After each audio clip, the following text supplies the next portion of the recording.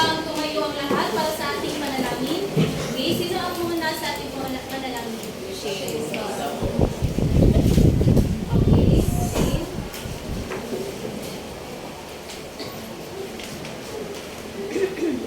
Let's pray. Heavenly Father, good morning to you, Lord God. Lord, kami natanggang salamat kami mga protection kami, Lord God. Lord, diyahe kami, Lord God, kung gusto mo kumbat kami ng agawa, Lord God. Mo present siya magpapabiling sa among tiliran, Lord God.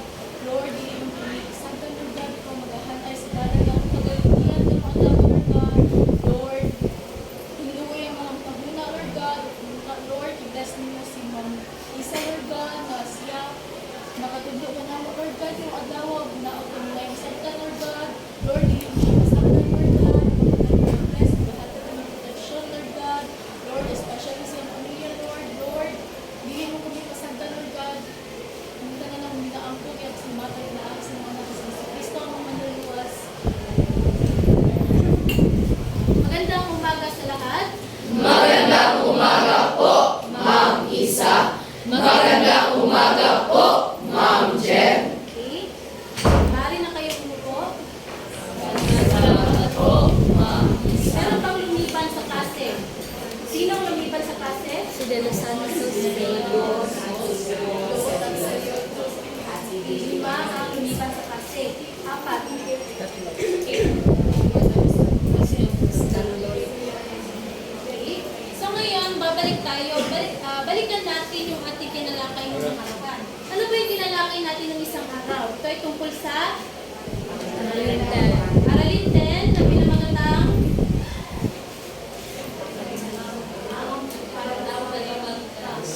ano yun? Ang nakaambag na panganib. Okay, bakit sinabi nakaambang panganib? Dahil okay, okay, may dalawang leon na lumapit kay Florante na handa na siyang lapain o kainin.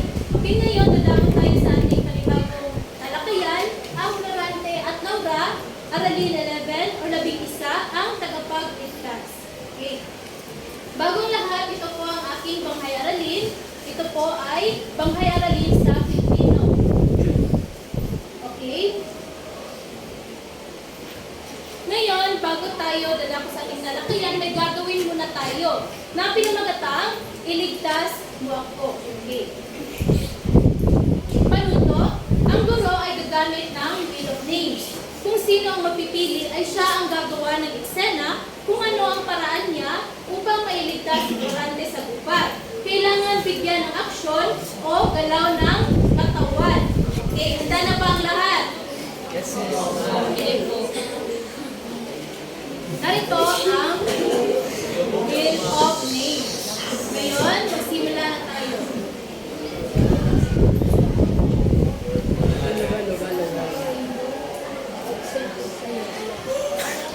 Okay. Galaw ka? Okay. Maaari ka bang pumunta dito sa harapan? Okay.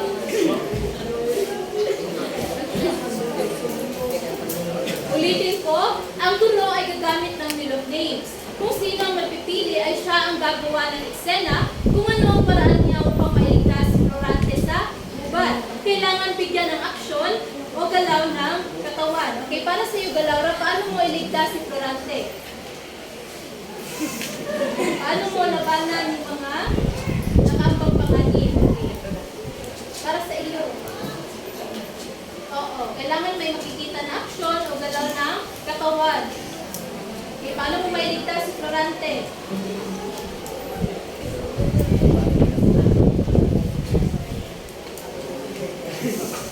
Okay, kahit ano. Ay halimbawa, si Florante ay may lumapit na 2 leon. Paano mo siya mailigtas?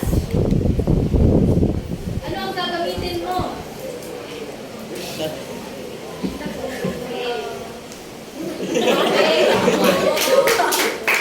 Okay, kahit meron kong espada. Maraming salamat, Laura. Okay, ngayon,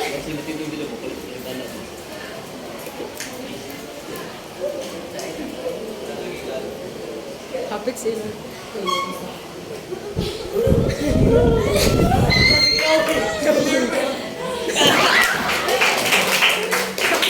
Okay, Mayor Gwen, maaari ka bang lumapit sa harapan para bigyan ng aksyon ng dalawang katawan kung paano yung mailigtas si Florante. Okay. Ito yung... Dito ka sa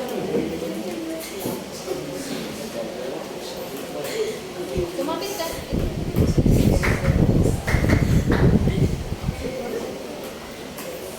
Okay, halimbawa, kung si Florante ay may lumapit na 2 milyon o may lumapit na isang tao na kalaban, at paano mo siya mailigtas? Okay! Siya ay papatuhin mo ng bato. Okay, mahusay. Okay? Maraming salamat sa inyong partisipasyon. Ngayon, dadako tayo sa ating paglalakad.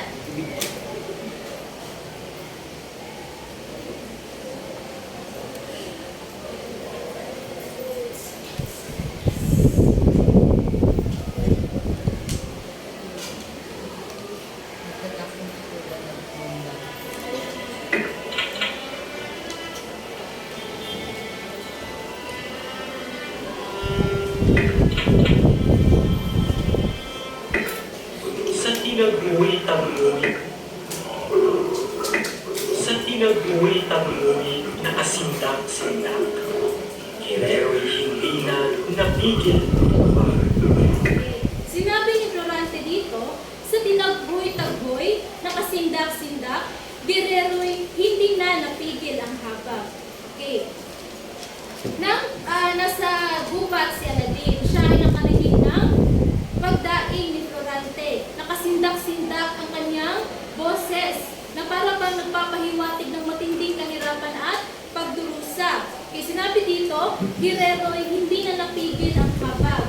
Okay, hindi na niya napigilan ang kanyang nadarama, siya ay nakaramdam ng matinding awa. Okay. Tinton ang boses na siyang hinanaw, patalim ang siyang nagbukas ng landas. Okay. Sinabi dito ni Florante, tinunton ang boses na siyang hinanap. Patalim ang siyang nagbukas ng landas. Okay. Tinunton ni Aladin kung saan nanggagaling yung boses. Okay. Hinanap na ito sa gubat.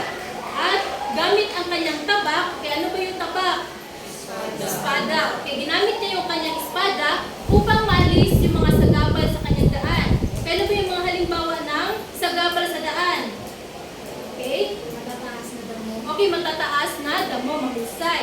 Yun yung pinutol niya gamit ang kanyang tabak patungo sa kinaroroonan ni Florante. Okay. Nang malapit siya, abutin ng sulya, ang sa pagkatali, niligid ng ira, nawala. Okay. Sinabi ni Florante dito, nang malapit siya at abutin ng sulyap, ang sa pagkatali naligid ng hira. Okay. Nang makapunta si Aladin sa pinaroroonan ni Florante, nakita niya si Florante na nakagapos sa ilalim ng puno. Okay.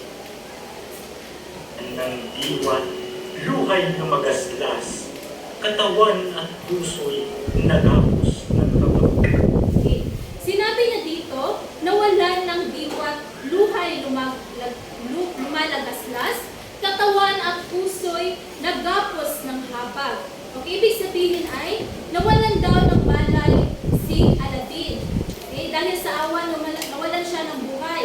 Ay, nawalan siya ng malay. Okay, ngayon, pagkagising niya, siya ay naawa, matinding awa kay Florante. Na para bang nagikiramay siya sa paghihirap ni Florante. Okay, makikita niyo naman sa mukha ni Aladin na siya ay umiiyak.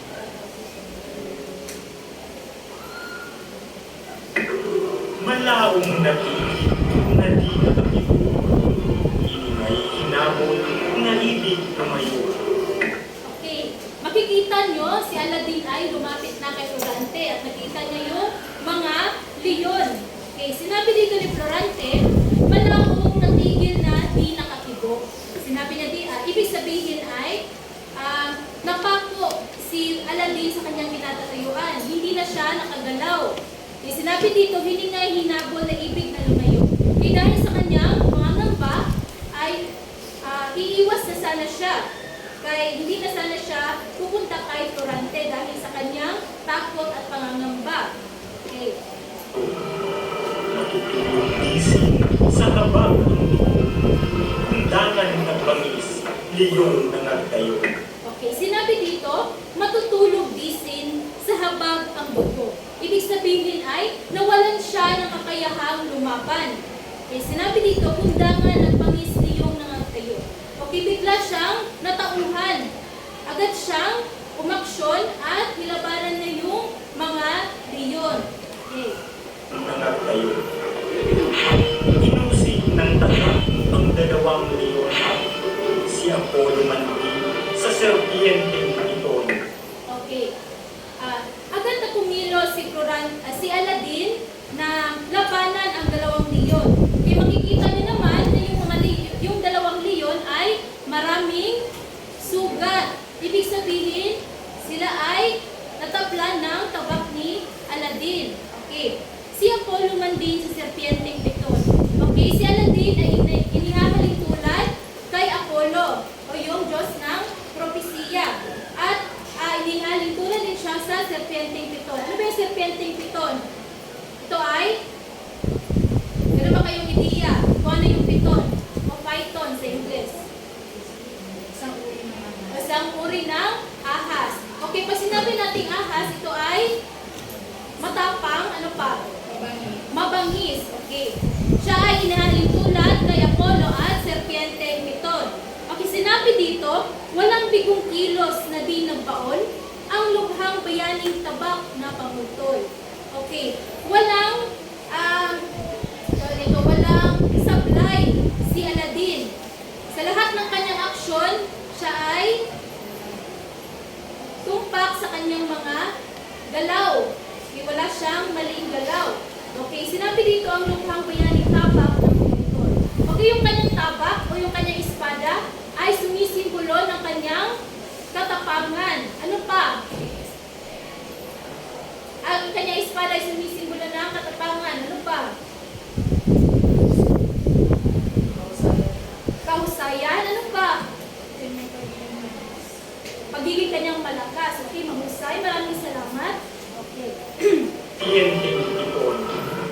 Walang kilos na di nababaon. Ang lubhang bayaning tabak na pamutol. Okay. Makikita nyo na si Aladdin ay napatay niya yung dalawang leon. Okay. Si sa Aladdin ang ano ba si Aladdin dito sa Aranil 11? Siya ang okay, tagapagligtas, mahusay. Siya ang tagapagligtas ni Florante. Okay, dyan nagtapos ang ating aralin ngayon. Okay, ang aralin 11 ay mayroon lamang 4 na saknong. Ang bawat saknong ay may 4 na palugkod. Okay, mahusay. Okay.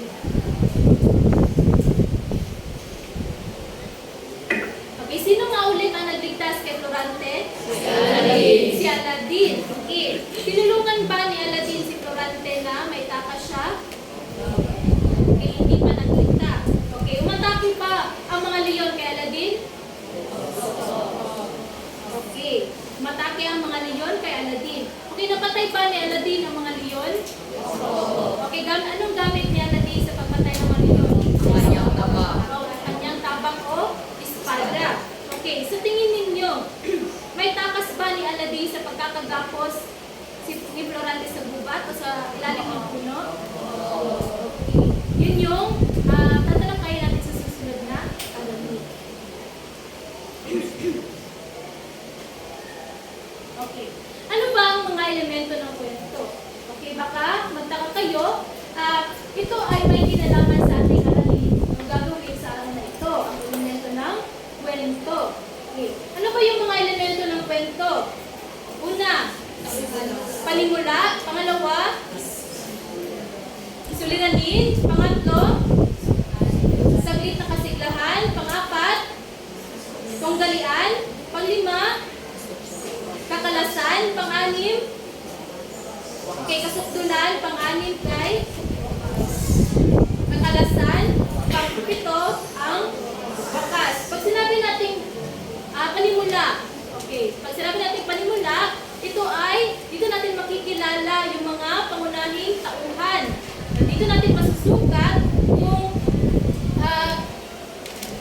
kung marami pa siyang mambabasa o marami bang tao na manonood sa isang kwento. Pag sinabi natin suliranin, ito yung mga problema na hinaharap ng mga tauhan sa kwento.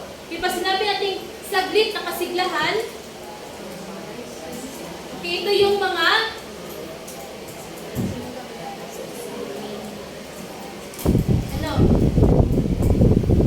pag sinabi natin saglit na kasiglahan, ito ay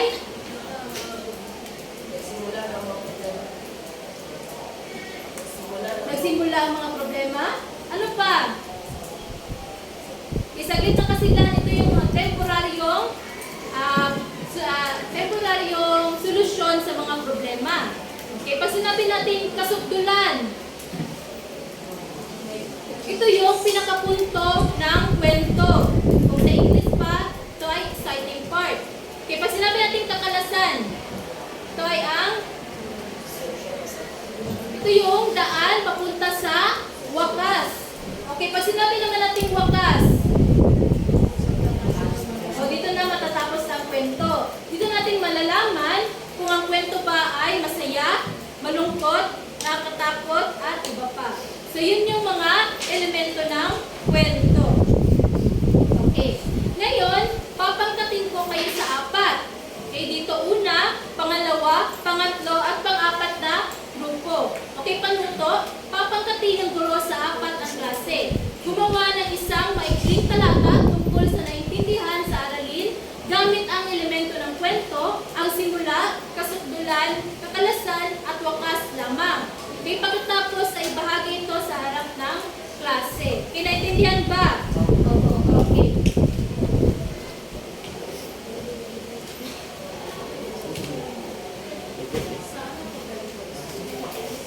Isulat sa isang buong papel.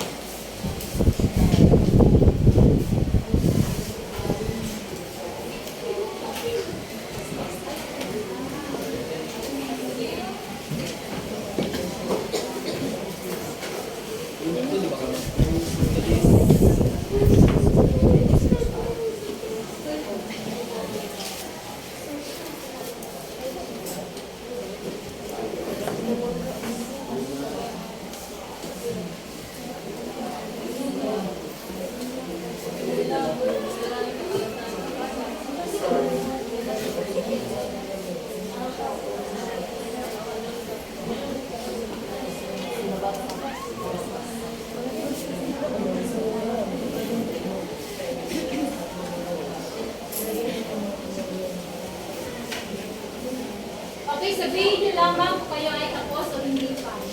Isa mo po.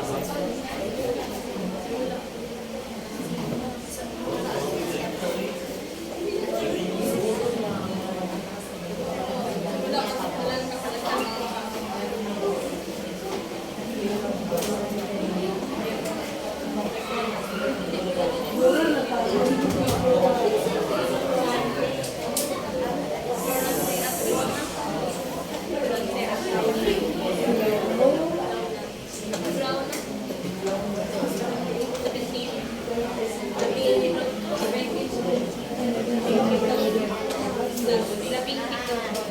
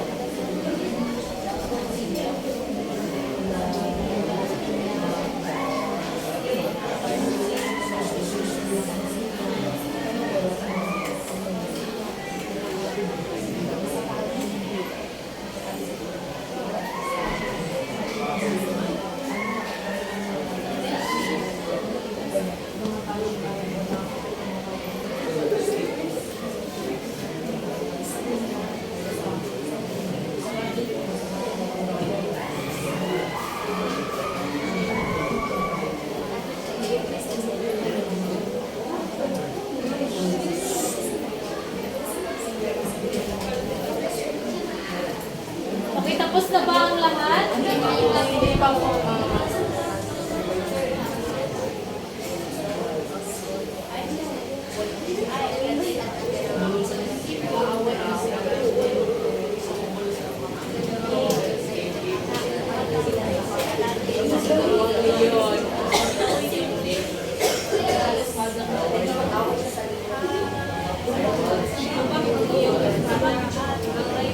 Friday night function.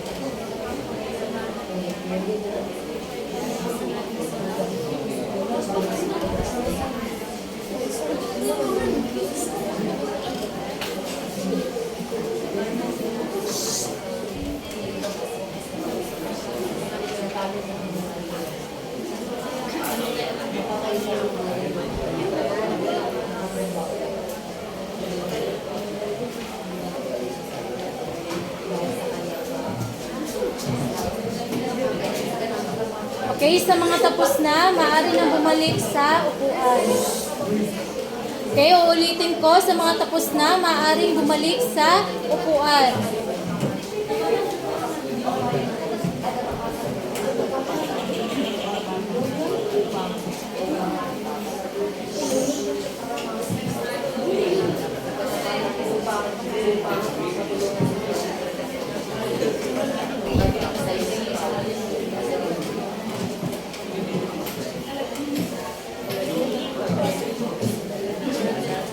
Tapos na po. Tapos Sa kayo.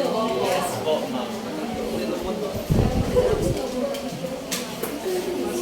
Okay, sa mga tapos na, maaari na bumalik sa upuan.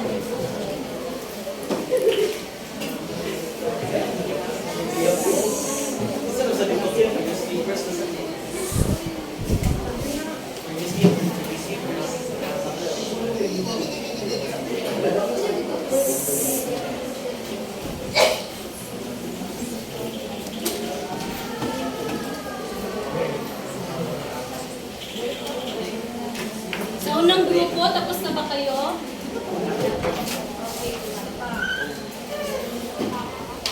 Okay, sa mga tapos na, maaari na bumalik sa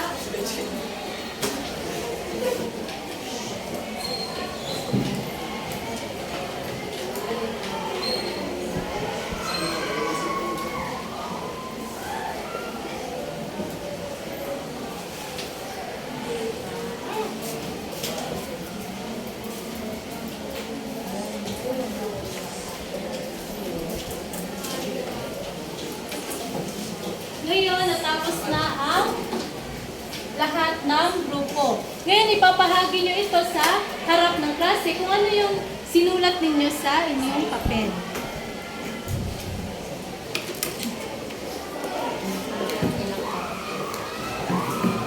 Okay, ang mauuna ay ang group 4. Group 4, maaari nyo ba ibahagi ang inyong sagot?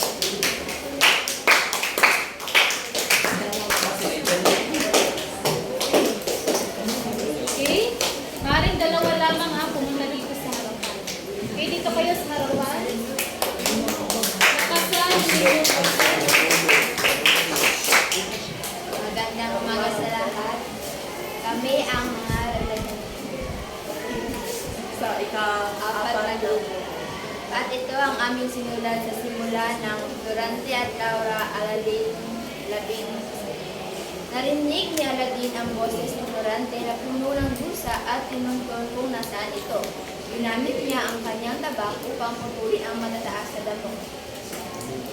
Kasukdulan.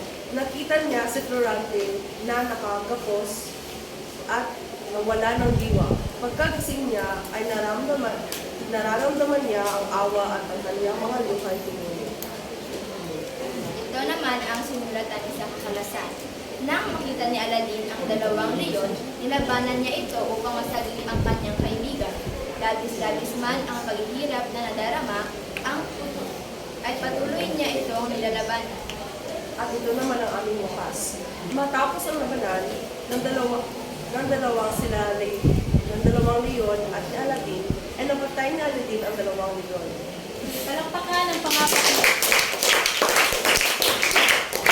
Ang susunod naman ay pangatlo. Pangatlong grupo.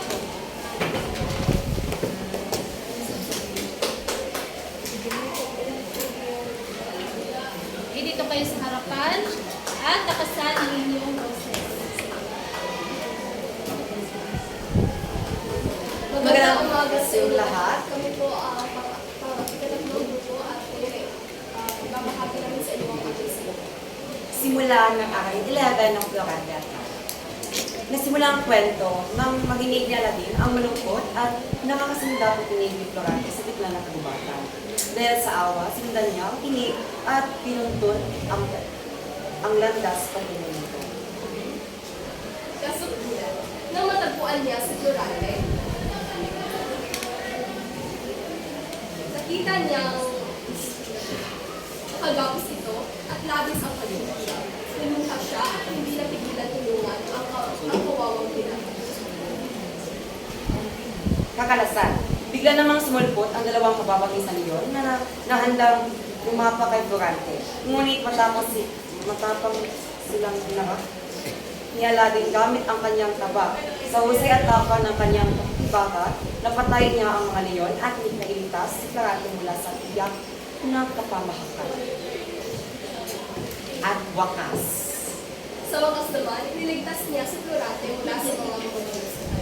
Yun lamang po at maraming salamat. Okay, ngayon, ang pangalawang grupo naman. Leonard. Okay, lumapit dito sa harapan at lakasan ng inyong boses. Okay, dito tayo sa harapan.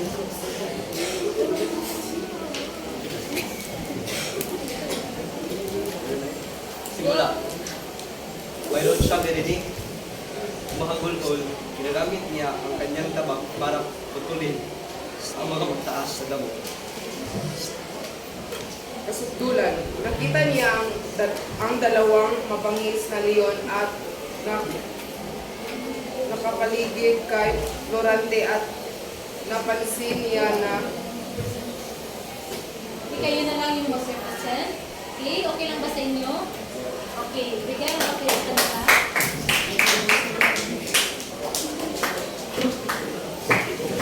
Dito kayo sa harapan at lakasan ang inyong boses.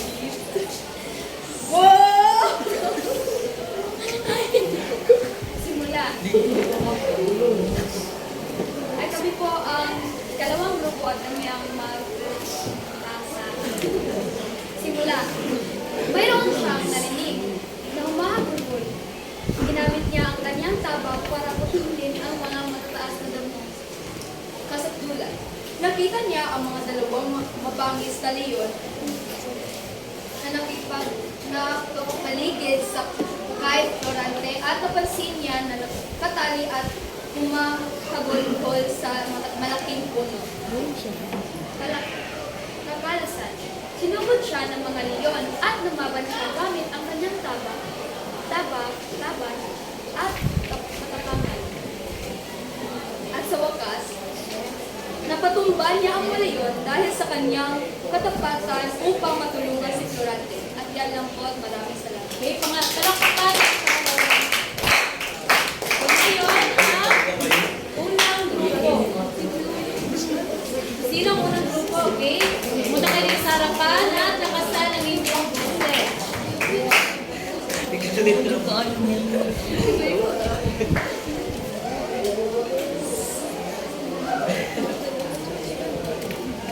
Magandang umaga sa inyong lahat. Kami ang mga grupo at kami ay magbabahagi sa aming sagot sa ating aralin. Panimula. Si Aladdin ay nakarinig sa daing ni Florante mula sa gubat na may sindak-sindak na tinig at kanyang Nanang ni Aladdin kung saan nagmumula ang tinig na kanyang narinig sa gubat at natagpuan niya si Florante nakagapos sa isang puno na inaambahan ng dalawang leon. kakalasan. Siya'y nagkaramdam ng awa at pangamba na halos hindi na siya makagalaw sa kanyang kinatayuan. Tila napansin siya ng mga leon at siya'y nilapitan at mahinayat ang kanyang lampahin. Sa wakas, nilabanan niya ang mga leon gamit ang kanyang tabak at tuluyang tinalo ang mga ito. Kaya inihalid tulad siya kay Apollo at Serpenteng Tikon dahil sa kanyang katapangan na ipinamalas. Okay, palakpakan ang unang grupo.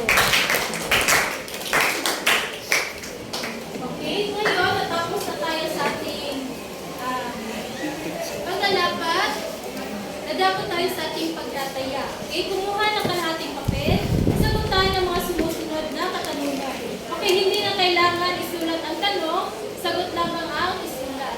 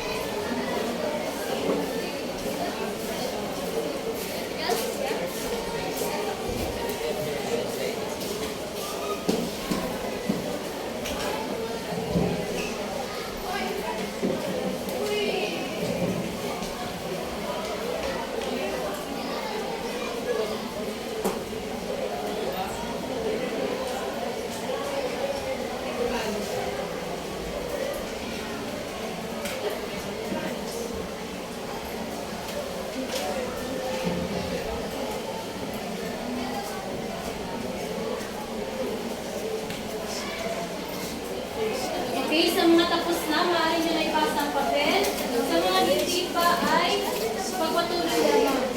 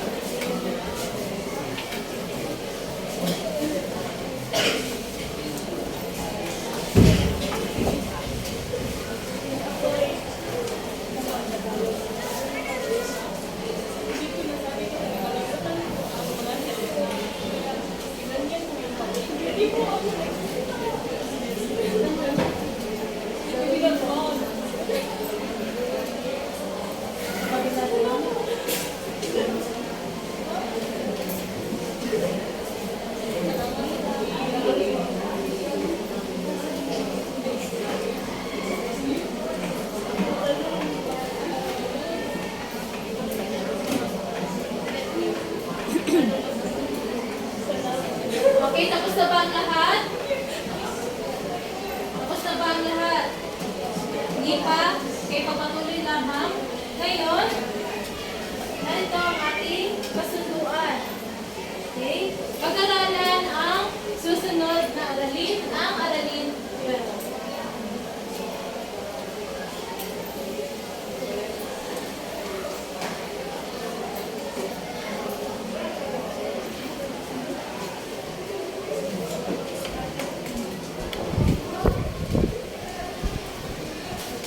Okay? Tapos o hindi tapos, ipasa ang inyong mga papel.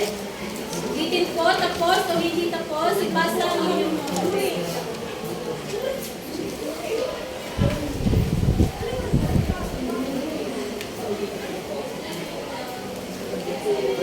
Okay, wala na? Wala ng papel?